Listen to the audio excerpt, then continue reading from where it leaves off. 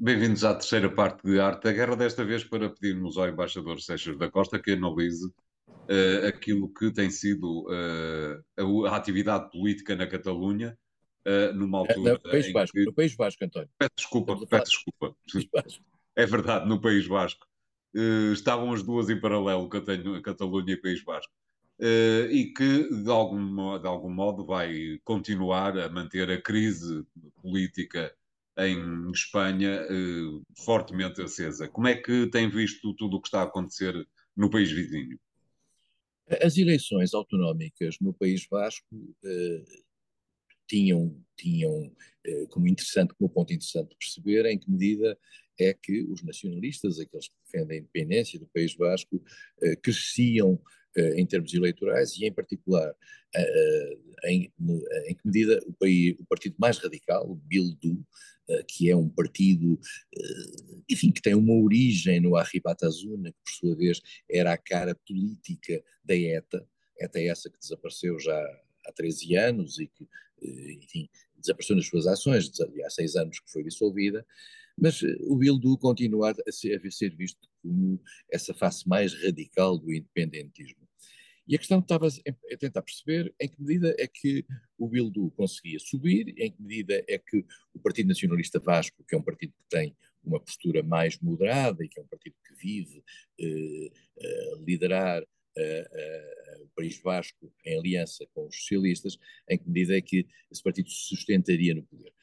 Vai-se sustentar, mas na realidade houve uma subida dos independentistas mais radicais, e essa subida não deixa de ser significativa. Praticamente tem o mesmo número de deputados, 27 deputados, embora a aliança que o Partido Nacionalista Vasco faz com os socialistas, no fundo, permita ao Partido Nacionalista Vasco manter a liderança do governo vasco e nomear o chefe no fundo do governo, o Landacari, que é a figura que no fundo é o presidente do País Vasco.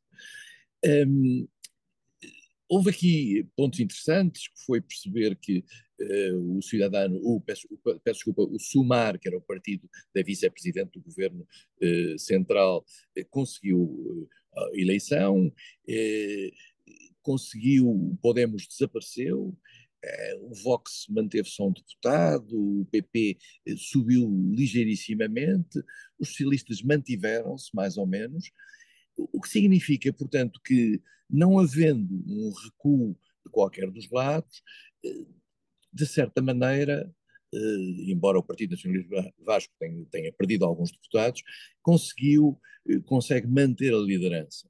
O que significa também que a aliança entre o, no governo central, entre Pedro Sánchez e estes grupos mais à esquerda, ou mais independentistas, alguns não são mais à esquerda, peço desculpa, mas são mais pró-independência, quer no País Basco, quer noutras regiões, continua a ser, digamos, um tricô e uma tarefa de articulação pontual, o que faz com que a fragilidade do governo de Pedro Sánchez continue. Parece que em Espanha a ideia de permanecer no poder a todo custo é a lei que tem vindo a manter os socialistas ao longo destes anos. E Pedro Sánchez é nisso um hábil autor.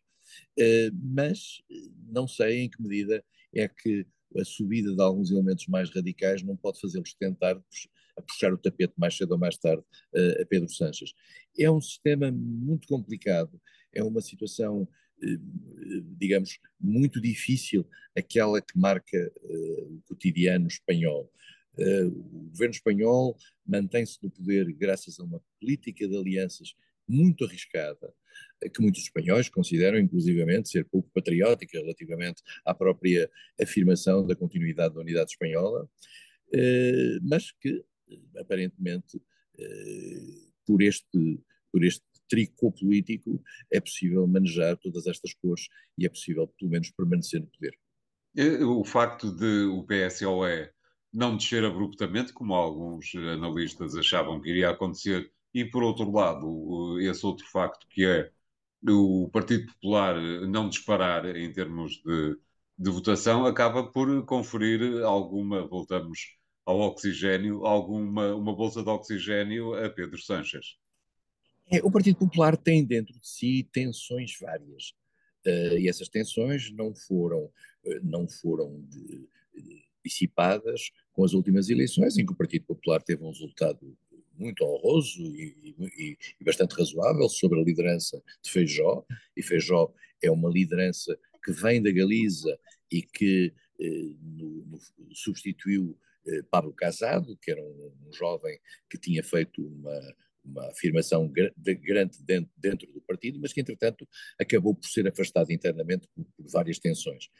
Mas Feijó não está à vontade, porque Feijó sabe que tem à sua direita, por exemplo, a líder de Madrid, Díaz Ayuso, que não desarma relativamente à tentativa de, mais cedo ou mais tarde, disputar a liderança. Nós, em Espanha, verificamos que estes líderes, de qualquer dos lados, vivem sob uma montanha de processos judiciais. Díaz Ayuso tem um processo judicial complicado que envolve o seu irmão e um conjunto de negócios feitos durante a pandemia, e essa acusação foi feita pelo PP, pelo Partido Popular, foi ainda ao tempo em que Casado era líder.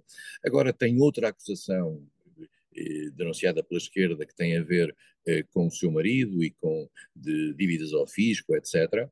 Mas, por outro lado, também aparecem, feitas pela direita, acusações à mulher de Pedro Sanches, e também com consequências judiciais. A Espanha vive num mundo que nós aqui em Portugal, que achamos que a nossa situação política é muito tensa, não compreendemos. A Espanha vive num verdadeiro vulcão da natureza política, com implicações práticas ao nível da comunicação social, com uma tensão virulentíssima nos órgãos institucionais, nomeadamente no Parlamento, em que a própria relação entre os eleitos se faz de uma forma profundamente agressiva e passando já quaisquer patamares de violência verbal que nós alguma vez tínhamos visto em Portugal. Não era uma situação de que se pudesse estar à espera, não lhe parece, embaixador? A ideia é, António, que aquelas que falavam os nossos pais, as duas Espanhas, as Espanhas que já tinham estado na Guerra Civil, as Espanhas que se harmonizaram quando da transição, essas duas Espanhas verdadeiramente nunca se reconciliaram. Uh, e que isto vem ao de cima em vários formatos. Nós não podemos dizer, como dizem os mineiros no Brasil, que os mineiros nunca se zangam, mas também nunca se reconciliam. Não, em Espanha zangam-se e também nunca se reconciliam. Exatamente. Muito bem, embaixador, obrigado. O programa fica hoje por aqui. Continuem a vê-lo nos sites do Jornal Económico e até para a semana. Até lá.